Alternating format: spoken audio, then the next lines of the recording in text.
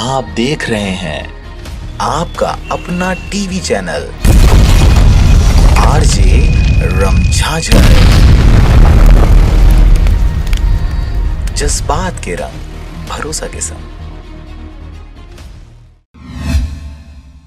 खबर है बिलासपुर जिले का, जहां अभियान एकेडमी काशी चेंबर से सीएमडी चौक एसेसर के संचालक संदीप मिश्रा एवं उनके कार्यालय प्रमुख नारायण गुप्ता के द्वारा लोगों से एसेसर के रूप में कार्य करने वहां के वर्करों को मौखिक रूप से अनुबंध कर असाइनमेंट का कार्य कराया जा रहा है। जिला रोजगार एवं स्वरोजगार मार्गदर्शन केंद्र कोनी बिलासपुर में रितेश कुमार कौशिक का साक्षात्कार लेकर नियुक्त किया गया। इसके साथ ही अन्य सभी लोग जगदीश प्रसाद पटेल, अरविंद कुमार, विशाल कुमार बरेट एवं कुशाल चंद्र केसरमानी को फोन के माध्यम से बुलाकर उनका साक्षात करके नियुक्त किया गया था। मौखिक अनुबंध में 3000 रुपए प्रति असिस्टेंट एवं 1500 रुपए यात्रा और भत्ता देना तय हुआ था। कार्य आरंभ होने के बाद वर्करों के द्वारा बार बार लिखित में स्टाम्प से अनुबंध प्रमाण पत्र मांगने पर भी आज तक नहीं दिया गया। साथ ही मेहनत की राशि गबन कर धोखा देने, छल कपट से असाइनमेंट कार्य करवाया जा रहा है। इस प्रकार की बातें सामने आ रही है। फरवरी 2019 से फरवरी 2021 तक वर्करों से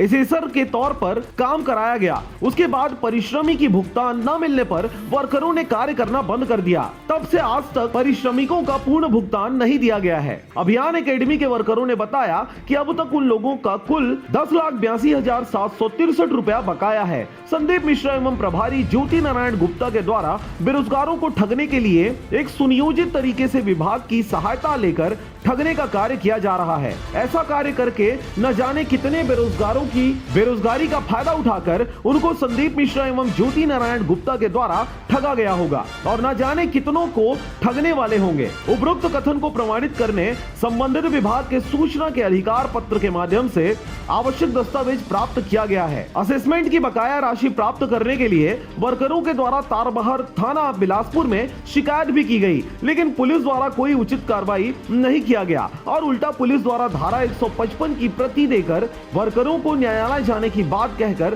टाल दिया गया है। सिविल इंजीनियर है, हम लोगों से पहले वो उसने काम करवा लिया। अब काम करवाने के बाद बोलता है कि कंपनी जानेगा और कोई कुछ जानेगा बोल के वो बात को घुमाया जा रहा है। लगभग 10 से 11 लाख का पेमेंट हमारा वो अभी तक दे नहीं रहा है, जिसमें हम लोग कुल 6 लोगों ने आपत्ति किया है। इससे ज़्यादा भी लोग हैं, लेकिन वो अभी किसी न किसी रीजन से सामने नहीं आए हैं।